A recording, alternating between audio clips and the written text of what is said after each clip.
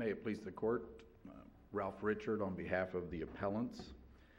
We're here appealing a judgment for costs and attorney's fees that was entered prematurely, we contend, under the clear reading of Rule 1.525.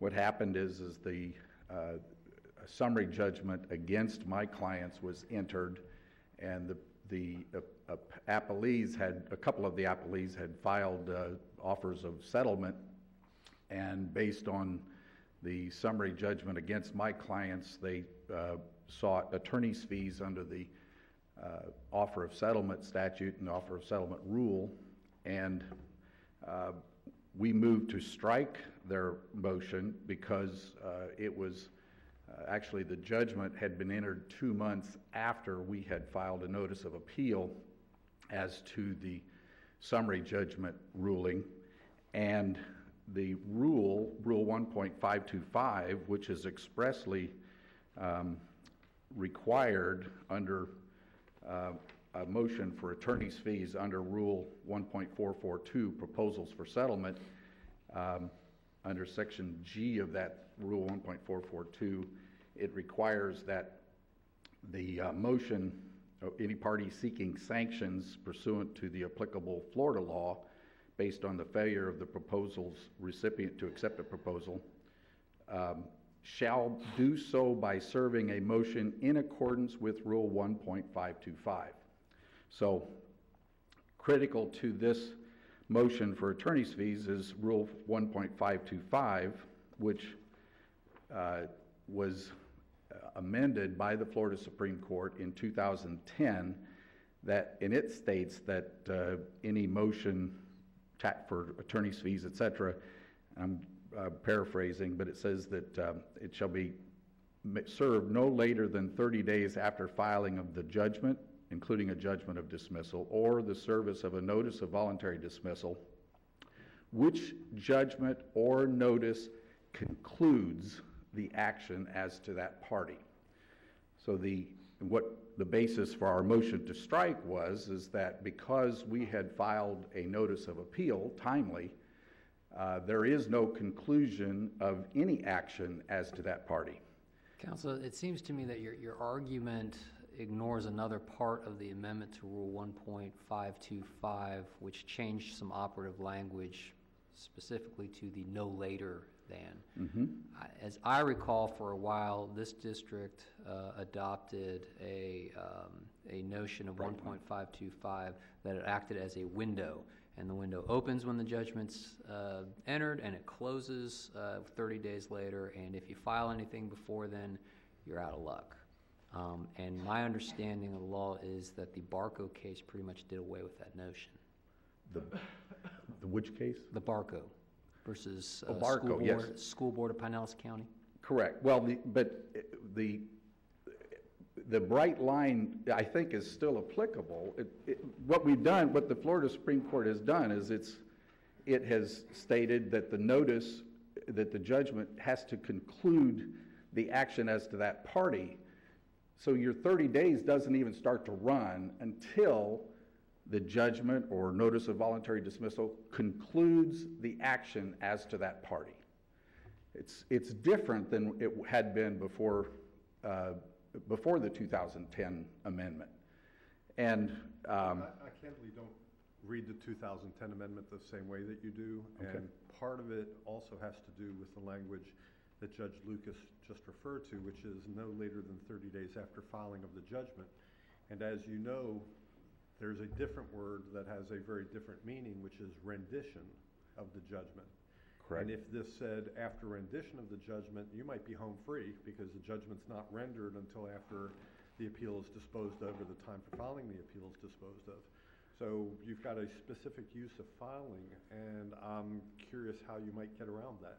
I get around it from the standpoint that it's after the filing of the judgment, which judgment or notice concludes the action as to that party. But that also means if there are multiple parties and an action is concluded as to one of the parties, for example, on summary judgment, you can't wait for the rest of the case to be completed if you want to pursue fees against that party, correct? If it concluded the action as to that party.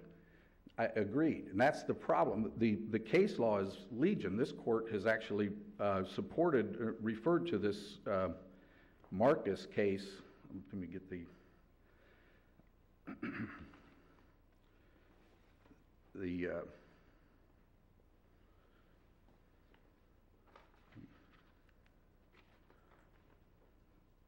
gotta find the case here. Wilson versus Clark case. It was decided by the First District in 1982. This court has cited it with approval at least 3 times, and the Florida Supreme Court has as well. And it says the general rule is that an action remains pending in the trial court until after a final judgment and such time as an appeal is taken or time for an appeal expires. If an appeal is taken, the action is still pending until final disposition. So it's not a question of rendering the judgment. It's a question, under the rule, it's a question of which judgment or notice concludes the action as to that party. The judgment is there, but it isn't, the action isn't concluded. What the court, it's clear, in this situation, we've filed a notice of appeal of the summary judgment. If that gets reversed, the summary judgment gets reversed, the judicial labor of, and the, having an expert witness testify as to the reasonableness of attorney's fees, all of that stuff is wasted. It's a complete waste of judicial effort. What it appears that, and there's no comment by the Florida Supreme Court, but it appears, and it certainly makes a lot of sense, that you hold off, you abate any motion for attorney's fees until within 30 days after the action is concluded as to that party. There have to be hundreds, if not thousands, of cases that have come before us where the case is consolidated in order to address both the underlying merits of the case as well as the subsequent award of fees and costs. And so your argument essentially is that all those were incorrect because there was no jurisdiction to award fees and costs in those cases? I can't speak to whether that was before 2010 or whether people overlooked that. But I'm just saying that a plain reading of this rule defies any other conclusion. And in fact, appellees, in their answer brief, so concede at the bottom of page 2, the top of page 3 of their answer, and they're construing this rule, and it says, they're saying, it plainly states that the judicial labor must have ended before a party can seek an award of attorney's fees and costs. The judicial labor hasn't concluded in this case. We're still going. But we just love getting into grammatical construction. And so every so often we write these opinions that probably drive the practicing bar crazy.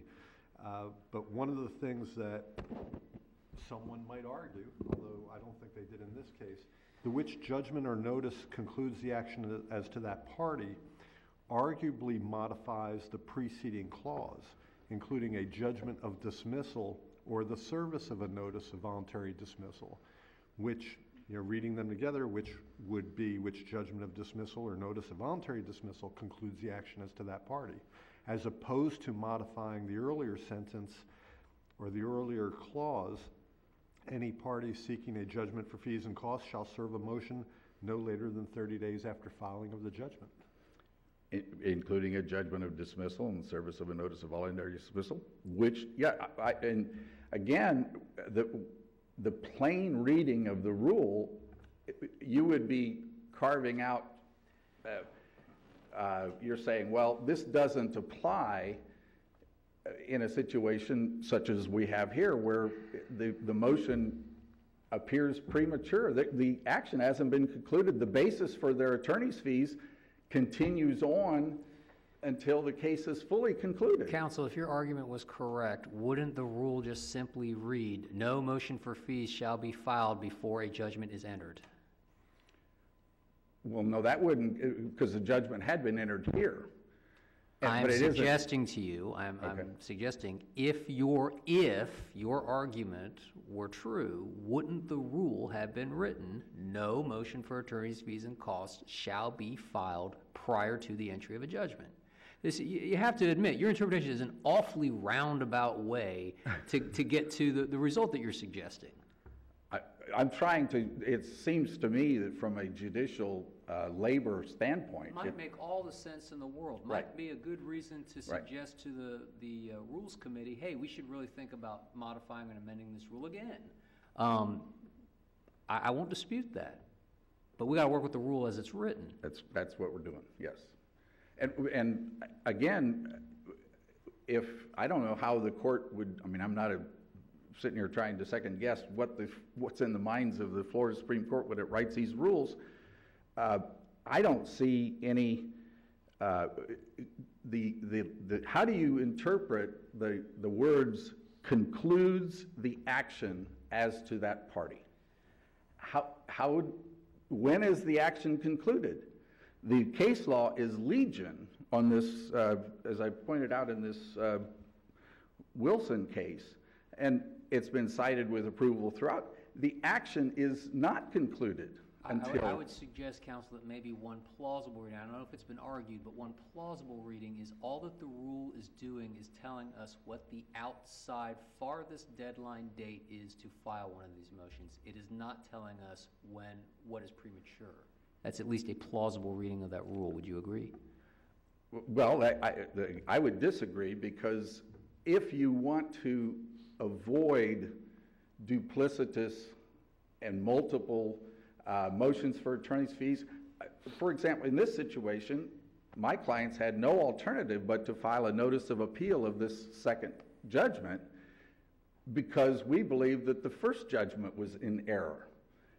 All of that would be completely avoided if we simply read the rule as appellees readily acknowledge that it's plain that the judicial labor must have ended before a party can seek an award of attorney's fees and costs.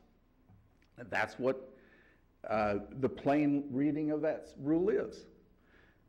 Now, in addition, I would ask to reserve the remainder of the time after I make this last point for rebuttal, but we would ask that if our appeal of the underlying case, that's that other summary judgment that we have in our appeal, if that is reversed, we would ask that this judgment be reversed, because the basis for that judgment is that the appellees prevailed, and if the summary judgment is reversed, then the basis for this judgment should be reversed. So, was that argued anywhere in your brief?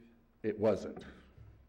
I was presupposing. I will tell you candidly, that's the first time I have not seen that alternative argument in a brief.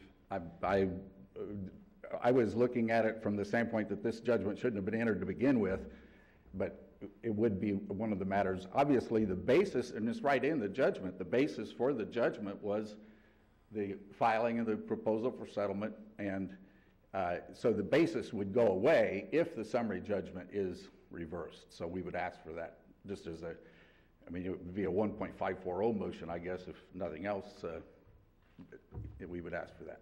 Very good. Thank you, counsel. Thank you. May it please the court. I'm Gus Belcher, and I represent the appellees.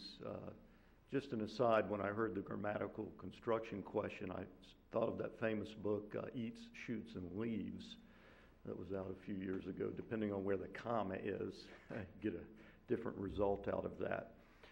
But as we state in our brief, I'm not aware of any authority here in the state of Florida that supports the appellant's arguments about the interpretation of the current version of Rule 1.525. I know that this court, since 1987 in the Bernstein case, has permitted trial courts after the entry of a final judgment to then enter a separate final judgment on fees and costs. And I don't think the court has ever receded from that. It's a question of what jurisdiction does the trial court have. And unless the court has any questions for me, we'll rest on our brief. Very good, thank you. Thank you. I have no rebuttal unless there are any further questions. Any questions? Very good, thank you, counsel, and again, I will compliment counsel. This is so unusual today. We had two sets of briefs that were direct on the point and short, and your arguments were direct and to the point, and we appreciate that. So thank you, and with that, we are taking a 10-minute